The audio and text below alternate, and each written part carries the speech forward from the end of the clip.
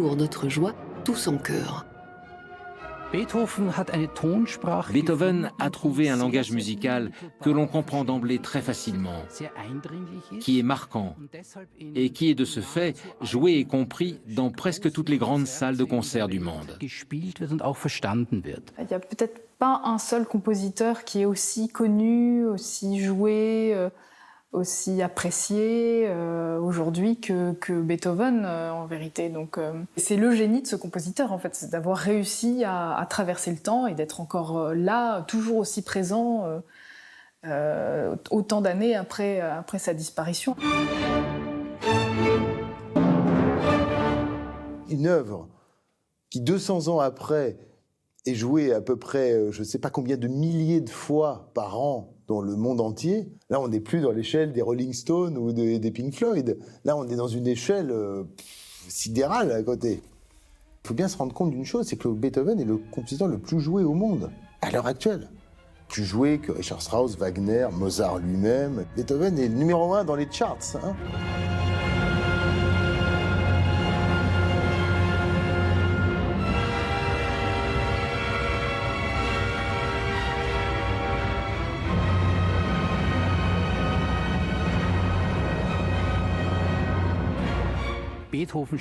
Les symphonies de Beethoven se sont répandues en Amérique du jour au lendemain.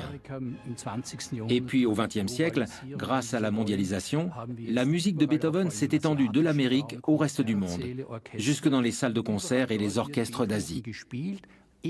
Ce succès s'explique d'abord parce que l'interprétation de sa musique est un véritable challenge pour les musiciens et parce que le public éprouve un grand plaisir en l'écoutant, car c'est une musique que l'on comprend de façon immédiate.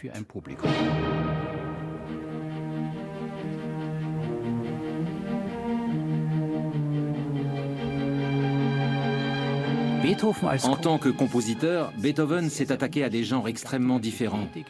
Mais le cœur de ses œuvres reste sans nul doute ses symphonies. À partir de 1800-1810, les gens ont commencé à voir la musique comme une forme d'art, au même niveau qu'un magnifique tableau. Ça n'avait jamais été le cas. Mozart n'avait jamais dit « je vais composer un beau morceau comme si c'était un beau tableau ». Mais c'était le cas de Beethoven qui considérait la musique comme un grand art à part entière. Pour lui, la symphonie a pour mission de se confronter aux grands enjeux sociétaux de l'époque. Il considère que c'est un enjeu d'ordre esthétique. Comment vais-je parvenir à traiter ces sujets tout en restant dans le musical, dans la pureté de la musique, sans texte, sans transmission verbale? C'est cette idée qu'il a en tête quand il compose la troisième symphonie.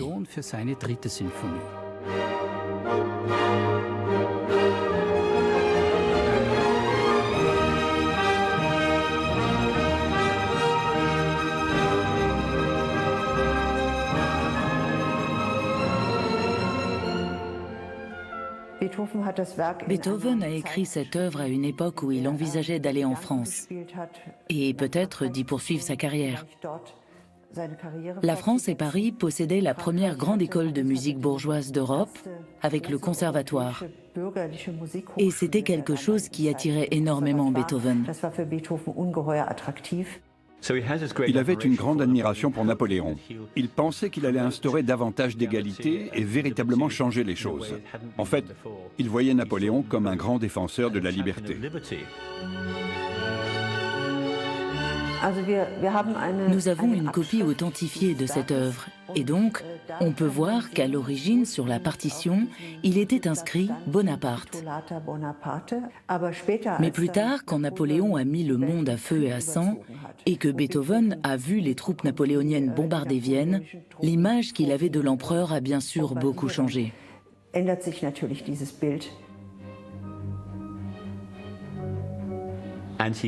Il s'est emparé de la page de garde de la symphonie où il y avait juste marqué Bonaparte en haut. Il a rayé le nom de Napoléon, et si violemment qu'il a fait un gros trou dans le papier.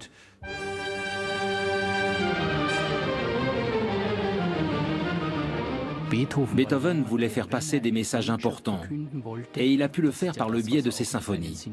Son objectif était de toucher un large public. Il voulait nous parler à tous, à l'humanité tout entière.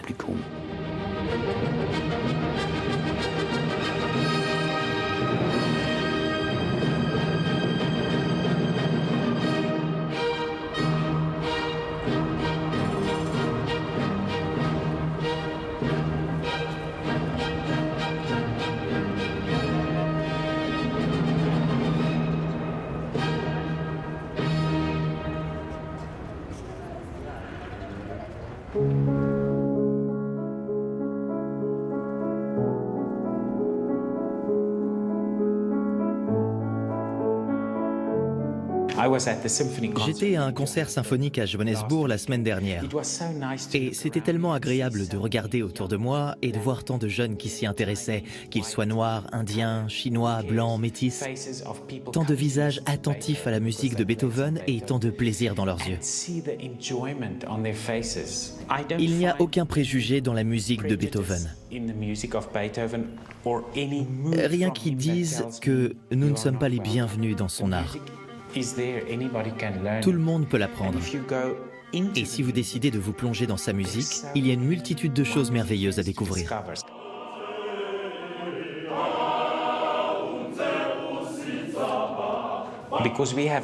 Nous avons une très forte tradition locale du chant choral. Les gens sont sensibles à la musique de Beethoven, même grâce à des choses anecdotiques comme la sonnerie d'un téléphone. On ne sait pas ce que c'est, ce...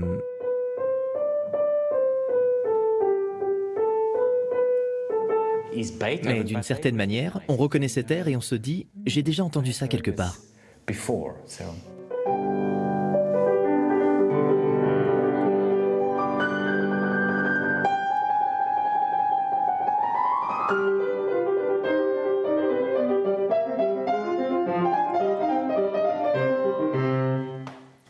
Il y a tant d'humour dans cette musique. On peut presque l'entendre rire. Ce que je trouve incroyable, c'est que ce célébrissime compositeur, qui est presque complètement sourd à la fin de sa vie, qui n'entend plus rien, ait continué à écrire et qu'il ait même écrit une musique encore meilleure que lorsqu'il entendait bien.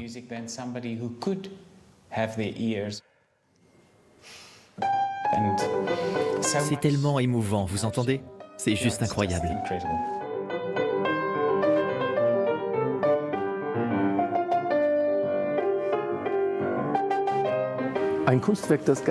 Une œuvre d'art qui s'inspire très explicitement de la surdité du compositeur, presque totale à la fin de sa vie, est L'Ir Trumpet de John Baldessari.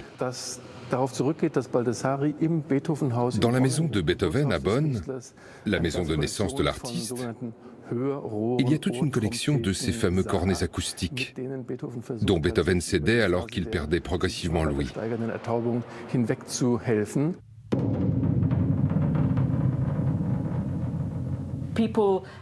Aujourd'hui, on parle systématiquement du musicien sourd, du pianiste sourd, du compositeur sourd, sans se poser de questions sur ce que le mot veut dire, sourd. On me demande souvent comment je ressens physiquement le son. C'est une expérience très différente lorsque vous pratiquez l'instrument, lorsque vous êtes le producteur du son, ou si vous êtes auditeur ou un membre du public. Mais néanmoins, nous pouvons tous ressentir physiquement le son. Nous devons juste y prêter attention. Et l'idée est d'ouvrir votre corps comme une chambre de résonance. C'est pour ça que je comprends très bien la démarche de Beethoven quand il cherche le moyen de ne plus faire qu'un avec son piano. Et je pense que chez Beethoven, et chez beaucoup de personnes malentendantes, l'écoute devient magnifiée. Le son fourmille à l'intérieur de vous. Il est vivant. Son handicap ne le gênait en rien pour composer. En fait, il disait que c'était dans ce domaine que ça le dérangeait le moins. En revanche, cela avait un gros impact sur sa vie sociale. Pendant un temps, il a prétendu qu'il était un peu tête en l'air, ce qui n'était pas faux, ceci dit. Il a expliqué qu'il n'était pas asocial, misanthrope, borné ou acariâtre. La véritable raison, c'est qu'il était devenu sourd et qu'il essayait de le cacher au monde.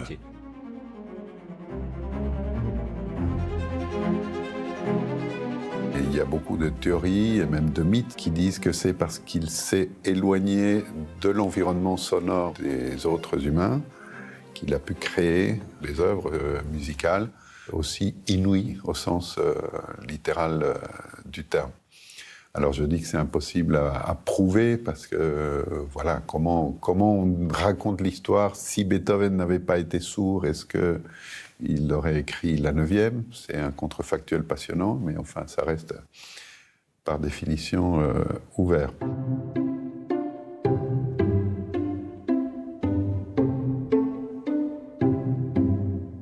Le début est comme une grande improvisation. D'ailleurs, on a souvent dit que c'était presque un orchestre qui s'accordait. Le début, on peut le jouer au piano. Je rappelle évidemment que c'est une œuvre pour grand orchestre et donc au piano, c'est une pâle imitation, mais juste pour donner l'ambiance du début.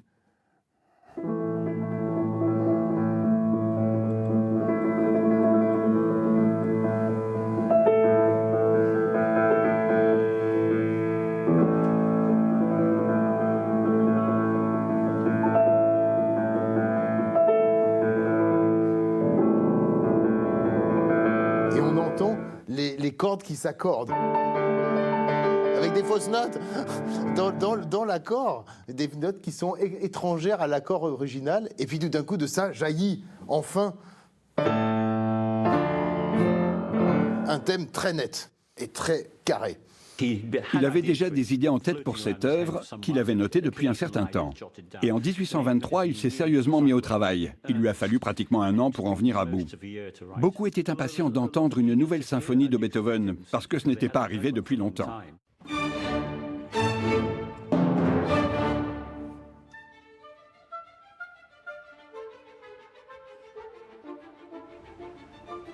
Il a achevé la 9e symphonie en 1824 et la première représentation a eu lieu en mai de la même année, après seulement 2 répétitions complètes.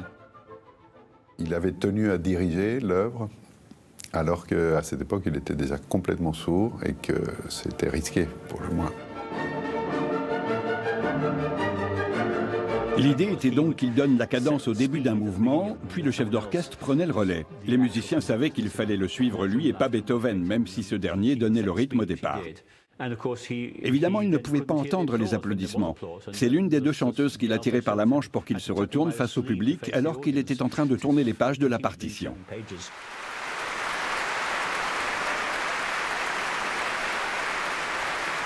Et même si on n'entend rien, un public enthousiaste, ça se voit dans les visages et dans les gestes. Et voilà, c'est resté Beethoven qui découvre, grâce à cette chanteuse, son dernier public. C'est resté comme l'une des grandes images de son histoire.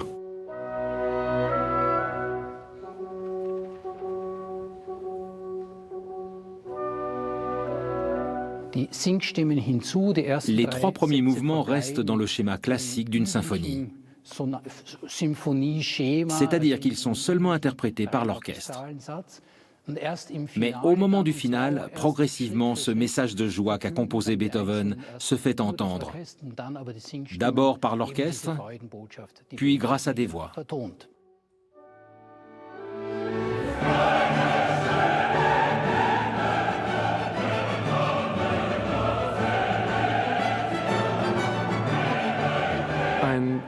C'est un texte qui parle de fraternité, d'amour fraternel, de philanthropie, de joie, d'amitié.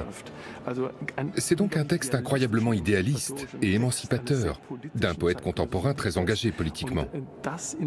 L'idée d'intégrer ce texte à une symphonie, c'est-à-dire d'aller au-delà de l'instrumental vers la parole, était un réel pas en avant qui a catapulté l'intégralité du genre symphonique vers une toute autre dimension.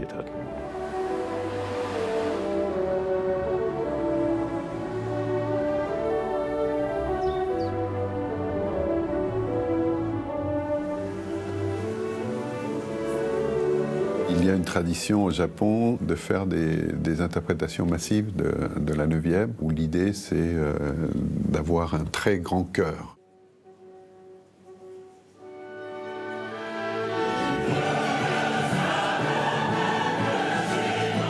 D'avoir un chœur tellement vaste que la multitude chante, et chante vraiment. Et ça c'est intéressant. Enfin, après, on peut discuter le résultat esthétique, ça ne va pas être sur la shortlist des mélomanes classiques, sans doute. quand on a des tentatives d'interpréter la 9e, non pas avec un chœur de 80 ou 100 personnes, mais d'avoir 1000 personnes qui chantent, je pense que c'est une manière de prendre Beethoven au mot et de dire « chiche, on va vraiment faire chanter tout le monde ». Je crois que cette musique peut aussi agir comme une drogue. C'est une musique qui vous emporte, qui provoque de fortes émotions chez les gens. Et avec de tels atouts que ce soit... C'est l'usage qu'en ont fait les nazis. Ça a été joué à l'occasion de fêtes d'anniversaire du Führer. Ça a été joué pour la cérémonie d'ouverture des Jeux Olympiques de Berlin en 1936. Donc il y a toute une utilisation de Beethoven par les nazis qui est le moment le plus scandaleux, le plus dérangeant.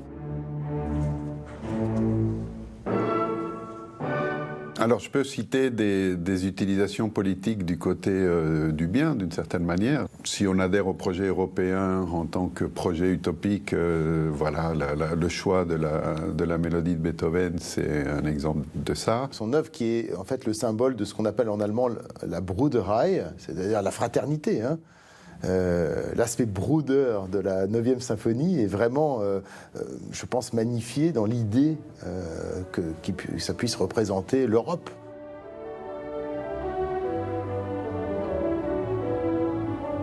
Et c'est vrai que prendre l'hymne à la joie de Beethoven comme symbole de cette fraternité de pays qui ont décidé de ne plus se faire la guerre, je trouve que c'est merveilleux. C'est vraiment une idée, c'est idéal. Genre, il ne peut pas y avoir de plus belle correspondance.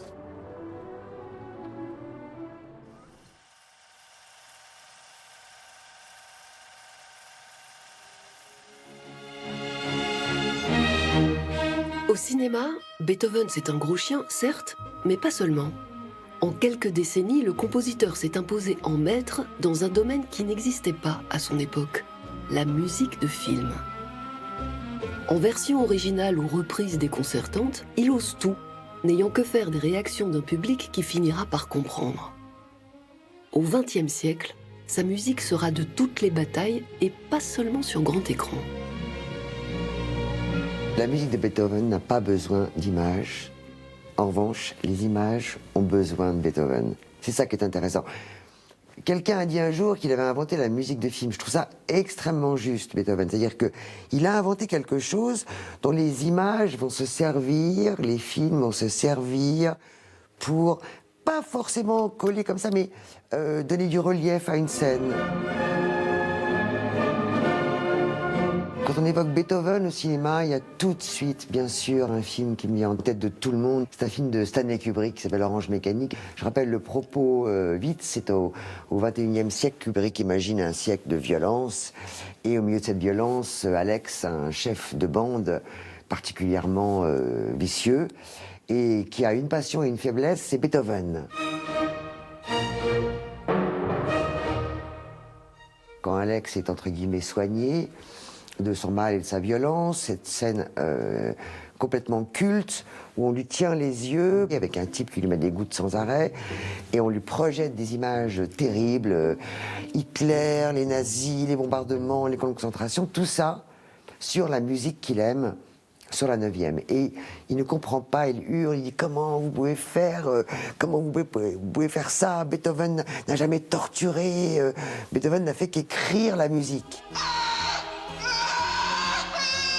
Il fait presque une thèse, Kubrick, dans ce film. Vous voyez, la musique, elle peut être source de joie, et à la fois, si elle couvre des images horribles, elle peut tout d'un coup évoquer quelque chose de terrible. Donc c'est une utilisation tellement intelligente, tellement forte. Et je vous dis, c'est vraiment un personnage du film, quoi. La musique de Beethoven a aussi été utilisée dans un film plus classique, hein, s'appelle Le Discours d'un roi, qui est un film de très belle facture. C'est l'histoire vraie de ce roi qui bégayait, etc. Et la 7e est utilisée à la fin pour un peu faire monter l'émotion, où enfin il arrive à s'exprimer avec son répétiteur. In this grave, hour,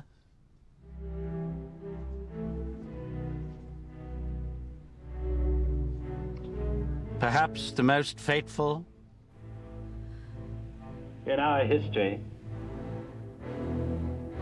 Et là, c'est une utilisation classique de Beethoven. C'est pas l'utilisation la plus originale de Beethoven au cinéma. Je préférerais, moi, ce meurtre artistique qui est la version disco, que j'adore dans La Fièvre du samedi soir.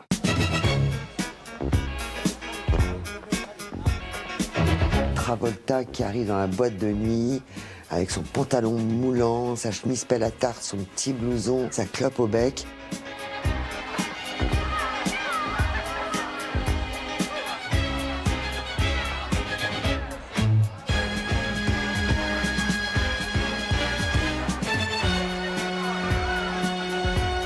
Et tout d'un coup, ce remix de la 5e est incroyable parce que remixé disco, et il y a des images des gens qui dansent dessus, et ils dansent sur Beethoven, quoi.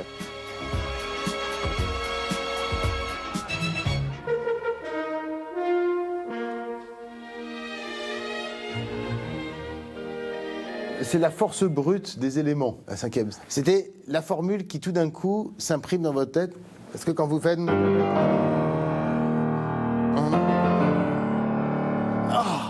On est pris. Il n'y a pas besoin. D'ailleurs, j'aurais du mal moi-même à trouver des mots, même si on ne connaît rien à la musique, mais si on n'a jamais entendu une note de musique, on est complètement dans un autre monde. Quand on entend ça, on sursaute.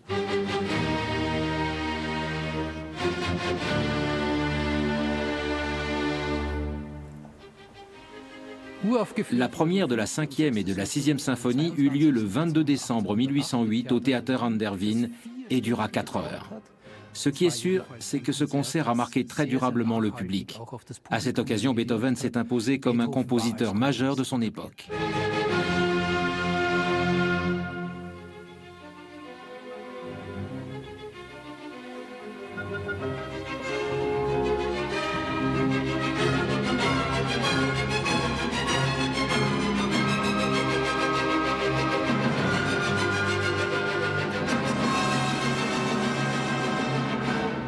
Il n'avait pu répéter qu'une seule fois.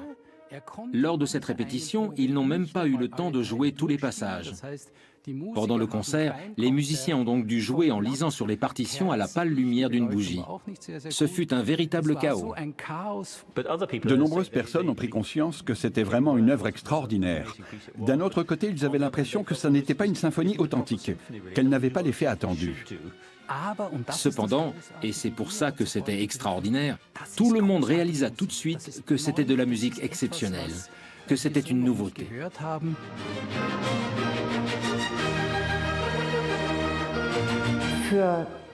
Par exemple, pour Hofmann, un critique très important de l'époque, très cultivé et qui était lui-même compositeur, la 5e symphonie était une œuvre qui ouvrait des dimensions entièrement nouvelles, de l'ordre du spirituel, de l'infini, mais aussi en termes de sonorité. Hofmann avait fait remarquer que sa puissance dépendait en grande partie du thème d'ouverture, donc de ses 4 notes. C'est un thème qui imprègne les 4 mouvements de la symphonie de diverses façons. Hofmann a été le premier à faire remarquer que cet élément apportait une unité au tout. Il y a aussi la volonté d'avancer vers un objectif. Et cette ambition se ressent d'un bout à l'autre de la symphonie. On a l'impression que le final est en quelque sorte la destination des 3 premiers mouvements.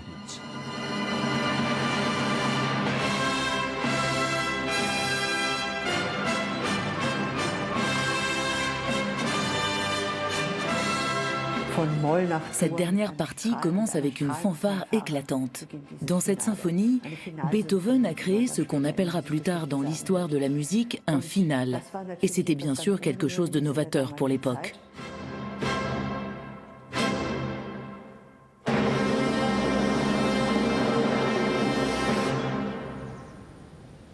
La 5e symphonie est tellement marquante que c'est même devenu un signe de ralliement.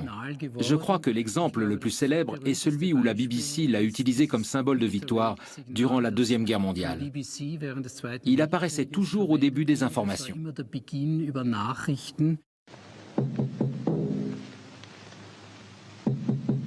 Ici, Londres. Voici une nouvelle de très grande importance. Et pourquoi? Parce que ces 4 premières notes de la symphonie correspondent exactement à la lettre V de l'alphabet morse. 3 fois court et 1 fois long.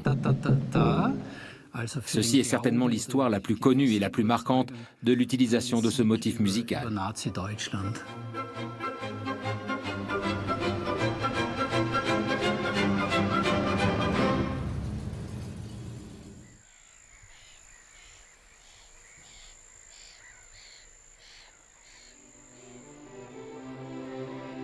Inspiré par les arbres autant que par le ciel, Beethoven a fait de la campagne sa muse. Et aujourd'hui encore, sa symphonie pastorale rythme les pas des militants verts. Décliné à toutes les sauces, Beethoven a su trouver sa place dans les tubes cathodiques et auprès des gourous du marketing. Plus que jamais, sa musique se fond dans les paysages les plus variés. Si on regarde la publicité au niveau historique et qu'on se demande quand on a commencé à utiliser la musique classique, on se rend compte que à l'après-guerre, donc dans les années 50-60, les annonceurs avaient peur de l'utiliser dans la mesure où ils pensaient que vendre un produit de grande consommation avec une musique entre guillemets élitiste serait un petit peu antinomique. Oh, don't go away, mad girls. There's still hope. Oh, there is. Well, where is it? Les années 80, c'est les années où la publicité est vraiment très présente sur les écrans de télévision. Et là, la publicité a puisé dans le registre classique. Ça donnait une connotation un petit peu prestigieuse au produit. Je pense que la publicité où Beethoven a frappé très très fort, c'est la publicité Lanvin.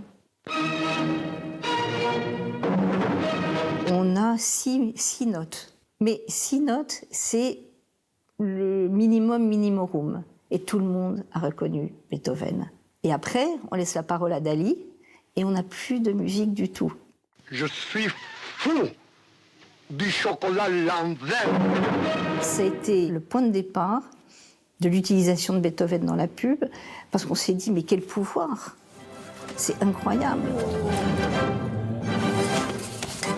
Quand un publicitaire propose à un annonceur, tiens, on va mettre du Beethoven, il sait qu'il va toucher à une petite brèche chez le consommateur qui va imprégner un petit peu l'image du produit qu'il souhaite vendre. La publicité a permis, de par sa diffusion massive et aussi de par la répétition, à vulgariser des œuvres et à faire rentrer la musique classique dans des couches qui, jusque-là, n'avaient pas forcément accès à ce niveau de culture. And their 1940 Chevrolet will get them to their destination easily. Il y a une multitude d'œuvres et on se rend compte qu'il a fait des tubes. La pastorale de Beethoven, par exemple, elle va s'appliquer à quelques œuvres publicitaires, mais on saura que c'est Beethoven. Et ça, c'est fabuleux.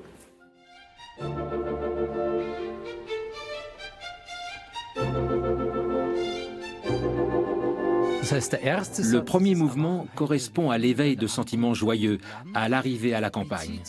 Il fait allusion à l'homme, au citadin au début de la révolution industrielle, à cet homme qui est donc martyrisé par le bruit de la ville et à la population citadine grandissante. Il se retire donc à la campagne pour se retrouver grâce à la nature. Le deuxième mouvement, la scène au bord du ruisseau, est une sorte de description de la nature. Il dépeint le murmure du ruisseau. Avec cette musique, Beethoven ne cherche pas à mimer les sons, il ne prétend pas les reproduire tels qu'ils sont dans la nature. Il ne s'agit donc pas de mimer le coucou, la caille ou le rossignol, mais bel et bien de mettre en musique les sentiments que lui évoque cette nature.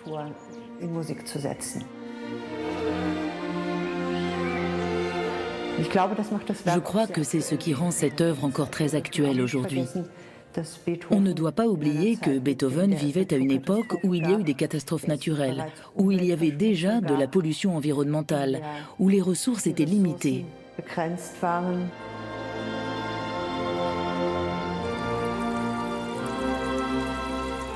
Pour aller chercher l'inspiration, il allait faire de grandes marches et souvent se réfugier dans la nature.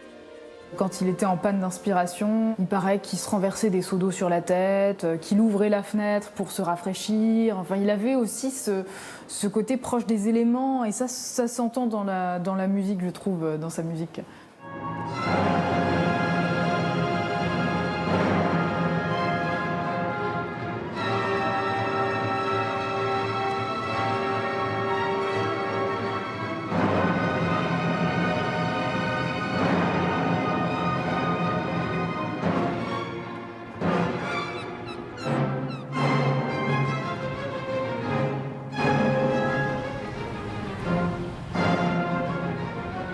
Sa musique est très évocatrice d'images, en fait. Dans un film que j'adore, qui s'appelle Soleil vert, l'un des personnages décide de s'euthanasier et il est allongé dans une salle circulaire et on lui propose des images de nature d'avant, avec des fans, des biches, des arbres, des fleurs, des rivières. Et il va mourir, il va faire son dernier voyage en regardant ces images sur la pastorale.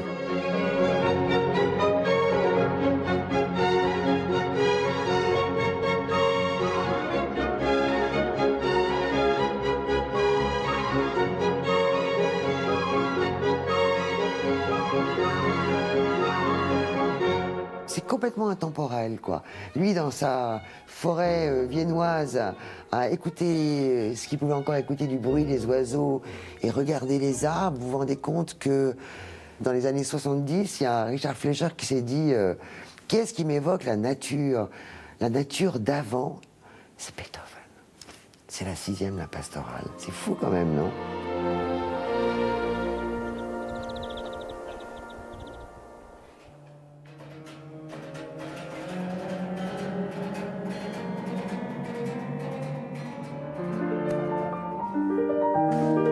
Dès sa plus tendre enfance, le jeune Beethoven tourne le dos à ses pairs et crée une musique visionnaire pour son époque.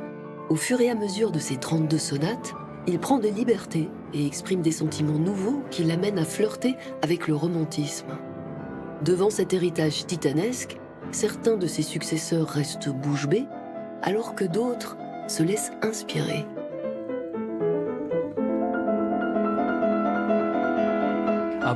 Nous constatons que sa musique est jouée depuis 150 ans et qu'elle est bien ancrée dans le répertoire. Elle est moderne dans le sens où elle n'est pas passée de mode, où elle n'est pas obsolète.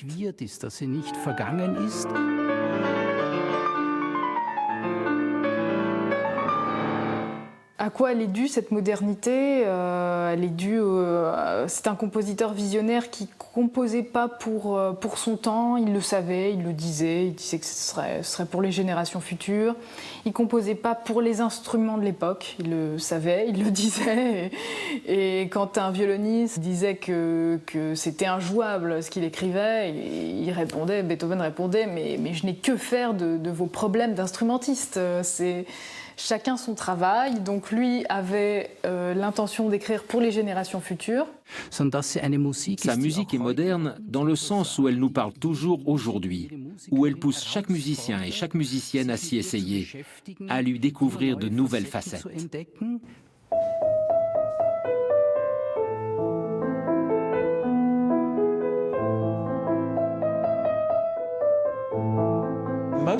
La plupart des gens connaissent la lettre à Élise comme je viens de la jouer.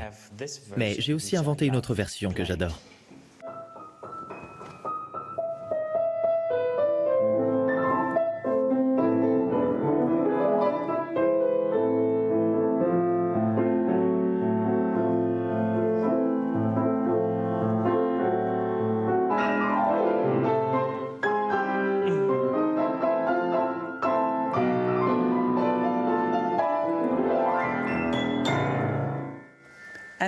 Et ça ouvre des perspectives aux gens qui se disent « Hey, James Bond, c'est bien ce que j'ai entendu ?» J'ai beaucoup de respect pour la musique de Beethoven. Je n'essaie pas de la rendre drôle juste parce que j'en suis capable. Mais dans un programme sérieux de musique, si on joue un morceau comme celui-là, les gens apprécient.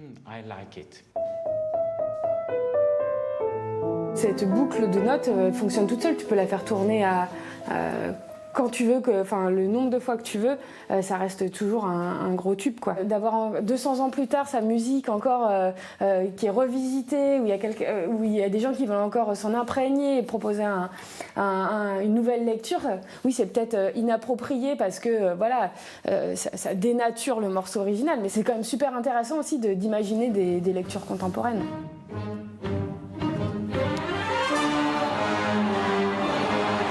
Ce qui est marrant avec le projet Beethoven, où des musiciens confrontaient en fait la musique de Kanye West et la musique de Beethoven, c'est que Kanye West est un génie de la musique, mais comme Beethoven en fait, de quelqu'un qui marque son époque et dont les morceaux sont intemporels. Beethoven, ça a laissé des traces et ça peut mener à Kanye West en fait.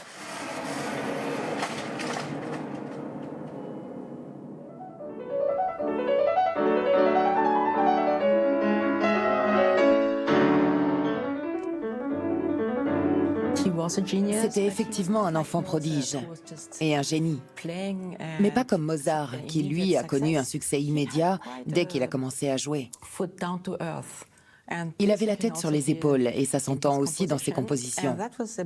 C'est heureux parce qu'il a grandi dans un monde en plein chamboulement. Beethoven a été très influencé par son professeur et plus généralement par l'atmosphère de Bonn, qui était une ville libérale.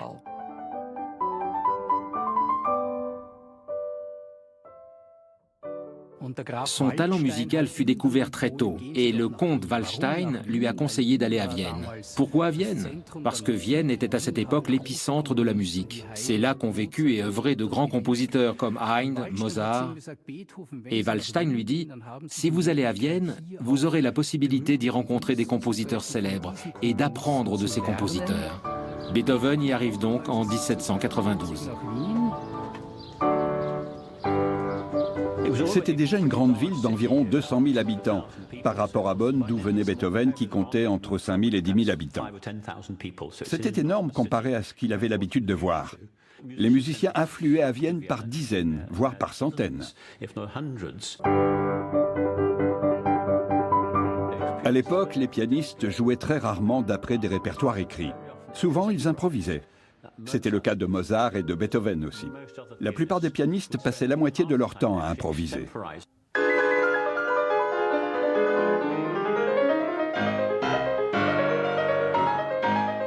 On a une image de Beethoven comme quelqu'un de carré, sévère, académique, parfois même ennuyeux.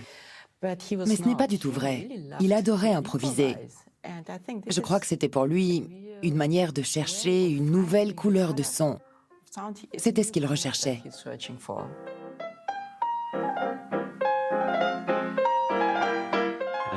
Et tout le monde était stupéfait de voir son talent pour l'improvisation, que ce soit dans la profondeur du ressenti, la technique, l'expression, tout.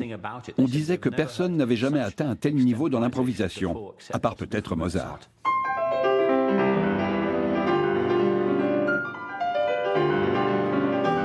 Ce qui est intéressant, par exemple, avec les sonates pour piano de Beethoven, c'est qu'on lit à livre ouvert sur la vie de Beethoven et surtout sur l'évolution de son style. Pour chacune de ces 32 sonates, Jorine Voigt a fait une série de dessins grand format sur lesquels elle traduit graphiquement la structure de chacune de ces sonates. Elle crée ainsi des diagrammes par un procédé élaboré et hautement complexe. Ces dessins sont d'une richesse inouïe et reflètent la complexité grandissante des sonates pour piano de Beethoven, illustrant ainsi l'évolution de sa musique.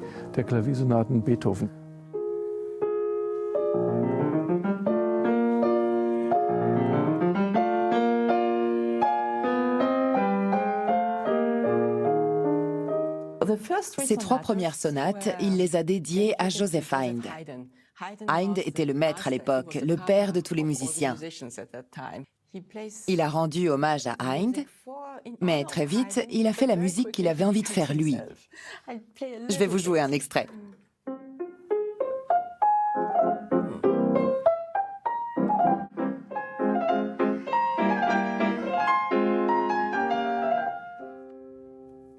Voilà, le début du premier mouvement.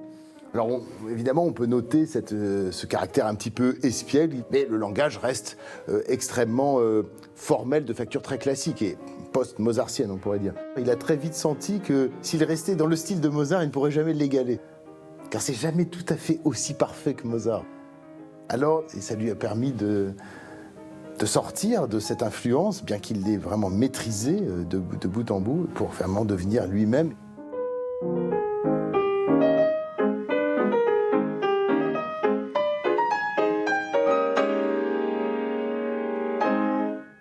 Et petit détail, à la fin de l'exemple que j'ai joué, il y a un énorme accord très très fort, noté fortissimo, ce qui pour l'époque en fait n'existe quasiment pas, puisqu'il faut rappeler qu'on ne jouait pas sur des instruments comme celui que nous avons aujourd'hui, mais les ancêtres des pianos modernes, qui étaient des clavicordes, qui étaient les premiers pianos où on frappait les cordes avec le marteau, alors que le clavecin qui l'avait immédiatement précédé, on pinçait les cordes. Je pense que c'est parce que Beethoven aimait vraiment cet instrument, même si les claviers étaient beaucoup plus petits à l'époque. À l'époque, il couvrait seulement 5 octaves de La à La. Vous imaginez ? Ça limite. Si l'instrument évolue, c'est grâce à sa recherche constante d'un nouveau son et à l'existence de facteurs de piano avant-gardistes. Beaucoup d'entre eux ont voulu développer le mécanisme pour apporter plus ou moins d'intensité dans le jeu, plus de couleurs. Une œuvre est emblématique pour ce changement. Je dirais que c'est la 8e sonate, donc la sonate dite pathétique. Là, il y a une espèce de rage, de violence, de course à la bine avec des batteries à la main gauche très violentes.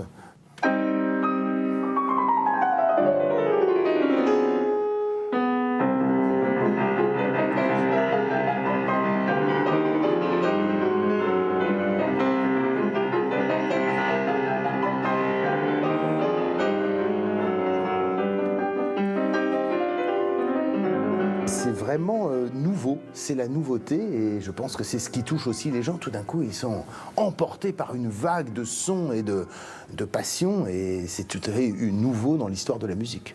Si on avance encore un petit peu vers le tournant du siècle, on a une sonate célébrissime entre tous que presque tous les pianistes professionnels et amateurs ont travaillé. C'est la célébrissime sonate dite Clair de Lune, qui est la 14e sonate.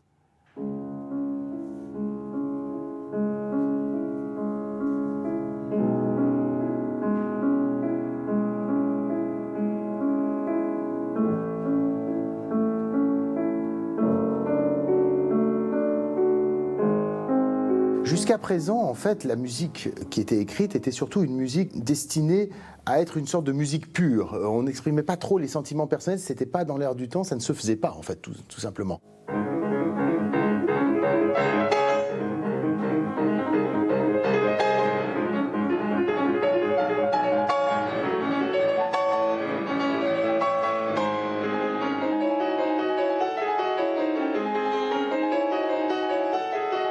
Il va être un des premiers à oser exprimer vraiment tous les sentiments humains qui en fait sont la définition du romantisme.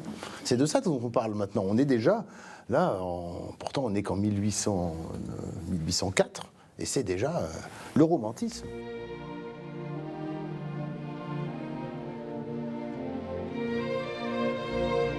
Il n'a jamais dit clairement qu'une femme en particulier l'avait inspiré pour composer telle ou telle œuvre. Elle n'était pas une réelle source d'inspiration pour lui. L'un de ses amis disait qu'il était pratiquement tout le temps amoureux de quelqu'un, mais ça ne durait jamais bien longtemps. Il ne s'est jamais marié. Il faisait 2 pas en avant et 3 pas en arrière. Il disait que ce n'était pas le moment, qu'il se marierait plus tard.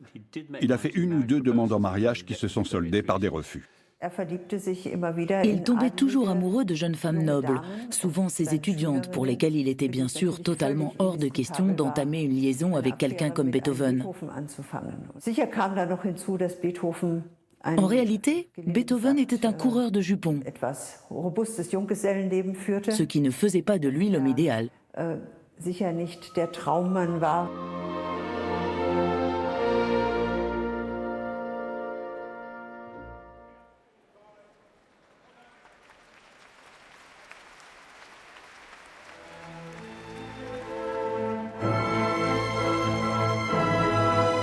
Hector Berlioz voit en Beethoven l'élu de Dieu. Sous la plume de Paul Claudel, le compositeur devient son égal. Pour finalement s'y substituer dans les mots de Léo Ferré, qui dira « Dieu, c'est Beethoven ». Qui dit mieux?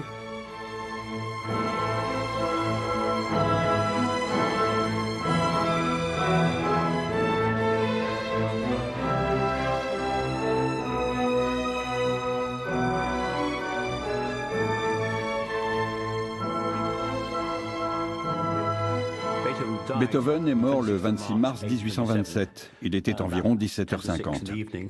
La nuit commençait à tomber. Et c'était au beau milieu d'un énorme orage.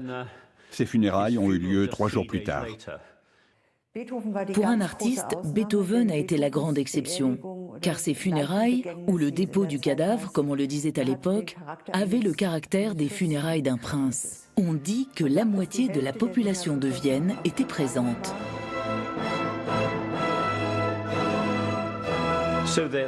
Il y avait apparemment entre 15 et 20 000 personnes dans le cortège. Je ne sais pas comment on a pu le savoir, qui a fait le décompte, mais quoi qu'il en soit, ce cortège était énorme. Et je trouve cela vraiment incroyable, parce que nous devons nous imaginer qu'il y avait beaucoup de gens dans la rue aux funérailles de Beethoven qui pourtant n'avaient jamais eu la chance d'entendre une de ses symphonies dans son orchestration originale.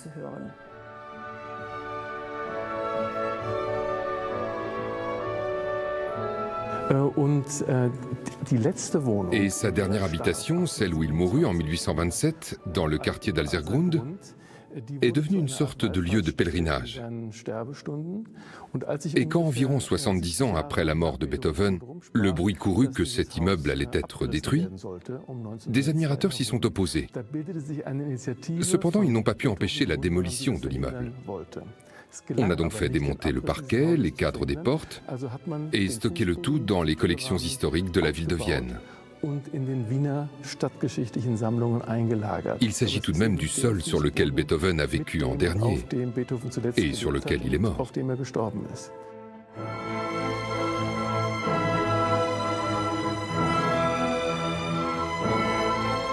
Un mythe, en anthropologie, c'est un récit à la base. C'est une histoire d'un être qui est souvent un intercesseur entre les hommes et les dieux. Si on prend ça et on l'applique à Beethoven, on y est. Parce que cet homme qui a pu ramener aux hommes des sons que seulement lui pouvait découvrir, parce que sa surdité était à la fois son talon d'Achille et son arme secrète, en quelque sorte.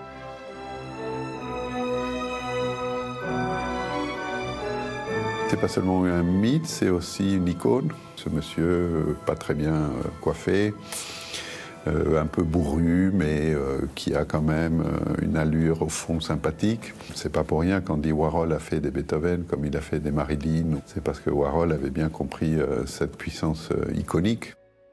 Ce qui est bien, si on peut dire, avec le mythe de Beethoven, c'est qu'en plus, il y a toute sa musique. Donc c'est un mythe, plus une icône, plus une expérience esthétique. Donc ça fait quand même une certaine puissance culturelle, je crois.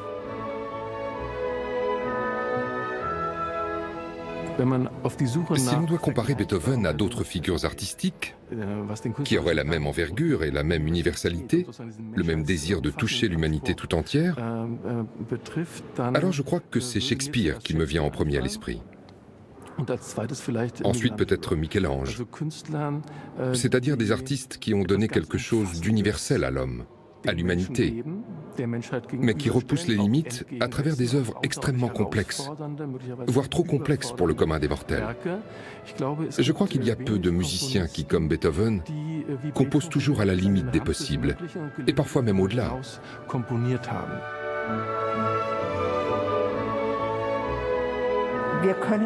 Aujourd'hui, on ne peut plus séparer Beethoven de son mythe, et c'est pour ça que ça reste pertinent de s'y intéresser.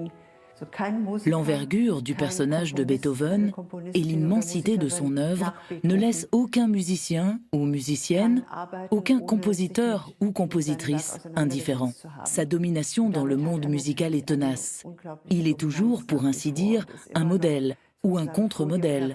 Autrement dit, on peut être inspiré par Beethoven, on peut composer contre Beethoven, mais personne ne dépasse vraiment Beethoven.